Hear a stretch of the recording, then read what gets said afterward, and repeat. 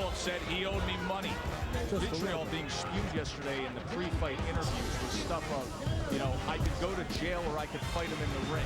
And a left hook to the head, and another left hook. Scores the knockdown. He wants to finish it his way.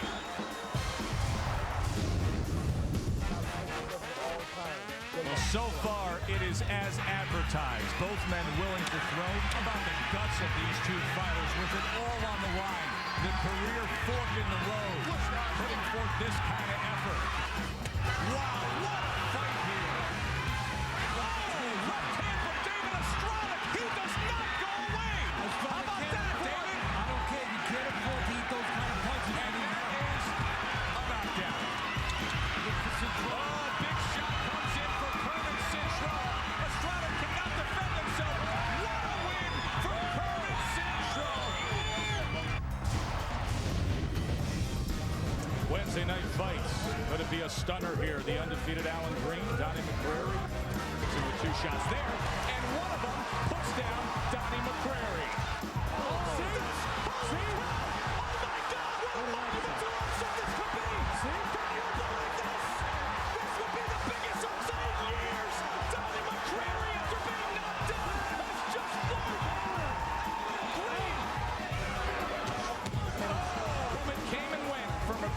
And then he went in round number 6.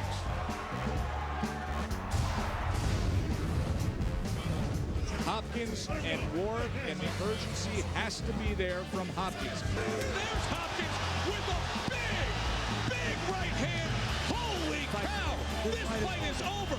You can put that on the list as a candidate for knockout of the year. Jonathan Banks break through to the next level against 20-win Alicio Castillo. When you depend on the skills, the finesse skills, and there's the right hand. Left hand lands flush. There's a right hand chopping down. And for the second time, Banks is down. Combination there, and he hurt him. He hurt Castillo. Wow, what a turnaround. Can you believe that? What a turnaround for Jonathan Banks. For Rogers Montagua tonight, he's a stronger guy, he's the more durable guy. I think he's going to wind up knocking out Brown. That's good for our fans because they like knockouts. The key and the question is how and with what. I think it's going to be with a right hand. I know this is a little unconventional, and I'm going to say 4 rounds. 4th round, Teddy Atlas says it'll end in this round. That was his pre-fight prediction. What a great looking 4th round. And wow, Brown may not make it out of the 4th round. What a shot. He's on the other side of the ropes. The fight's over. Hey, Teddy, what do you get for that? You nailed it. Where do I cash in my ticket? That would have gone off at about 35 or 40 to 1. That was sensational. When you look back, what a great year it was on Wednesday night fights. Even a blind squirrel finds an acorn every once in a while. But yes, what a great night. What a great, I mean, to have those kind of fights every Wednesday night during the summer, it's a nice way to spend those months. Anything in particular stand out with the award winners we just saw? Well, I mean, that knockout was such a devastating Hopkins, knockout. Demetrius Hopkins. Because Hopkins is more of a boxer. You don't expect that kind of sensational knockout from that guy. But he caught him just right.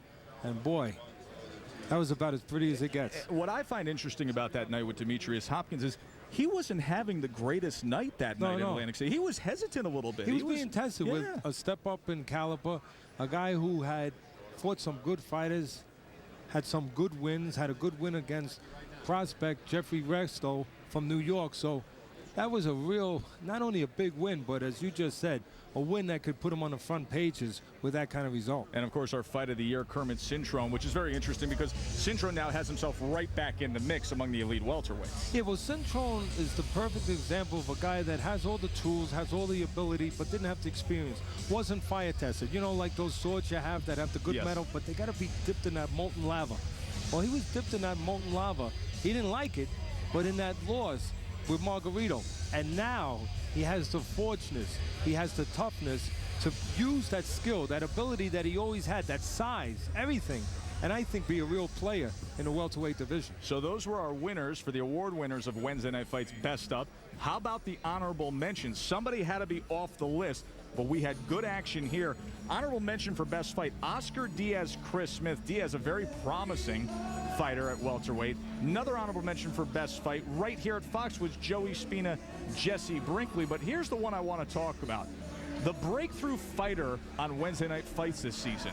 A good-looking heavyweight who's committed himself. He's lost weight. He's got a much more steadier jab, and that is Tony Thompson. Now that you've had time to absorb what you saw out of Tony Thompson, and you know he's with Barry Hunter, you talked about that, and you know what the division offers, Tony Thompson may be in the mix. Yeah, the reason I like him, he's young.